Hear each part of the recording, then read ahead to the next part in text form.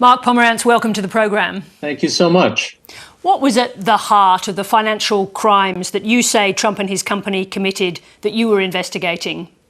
Well, what we came to understand, in common with the Attorney General for the state of New York, who brought a civil case on this basis, we came to understand that on a routine basis, he prepared yearly financial statements to supply to banks and insurance companies and others.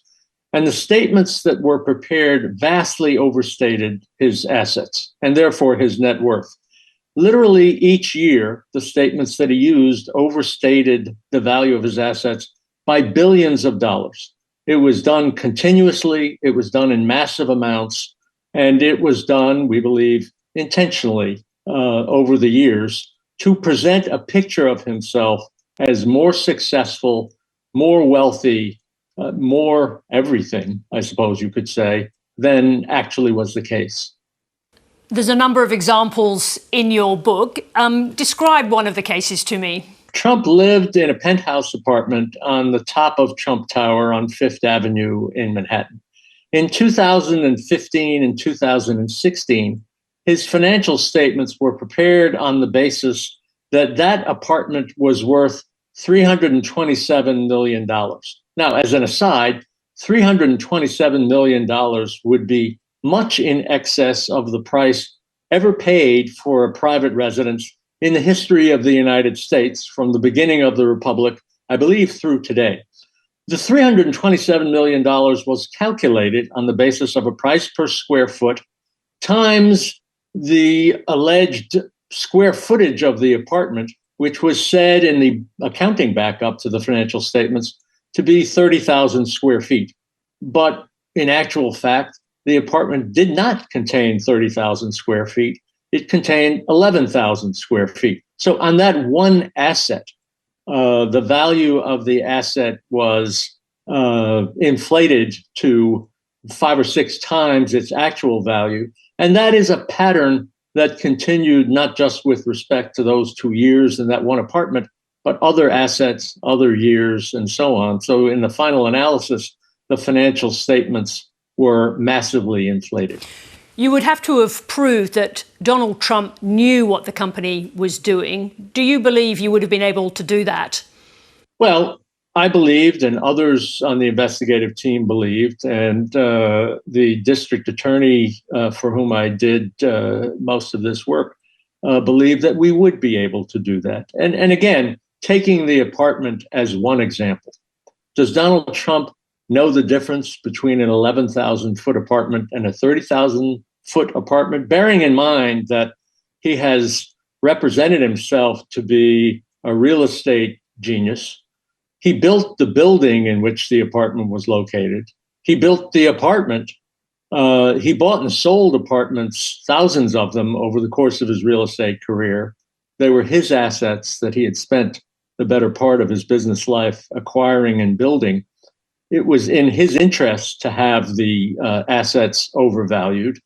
And we believe we could show a pattern over the course of many years where Trump had overstated his assets and his net worth. So you put all of the proof together, we thought it was a compelling picture. At least I did. Then we come to the decisive moment when a new district attorney takes over and stops the case. Why do you think he did that? It appears he had misgivings about the case. And what I saw was a case that was a substantial case. It was not a virtual certainty for prosecution.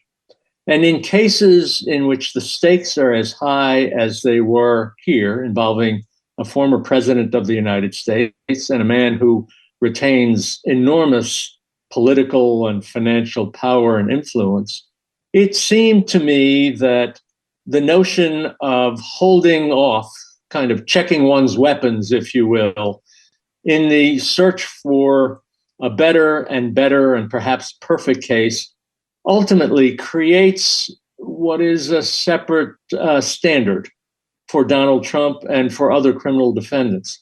The incoming district attorney was also a Democrat. How do you explain the decision to yourself? I am not suggesting, have never suggested, and there's no basis to suggest that the decision was anything other than one taken in good faith.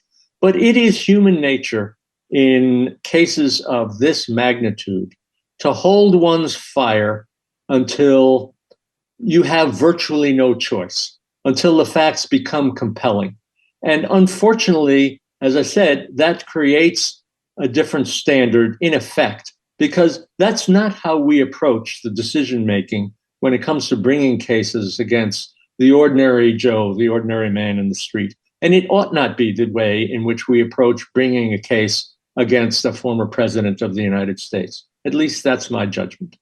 There's a number of cases underway against Donald Trump, the hush money for the adult actress Stormy Daniels, election interference in Georgia, possible prosecution arising from January the 6th. Now, as a former prosecutor yourself, which of these do you think is the most likely to end in prosecution? Well, from everything I've seen, I think it is likely that Georgia will proceed.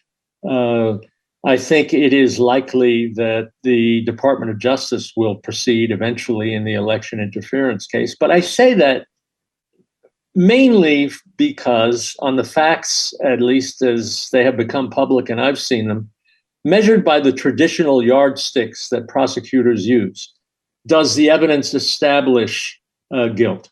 Is the evidence legally sufficient? Is there a reasonable prospect of conviction? Are there aggravating circumstances that point in the direction of prosecution?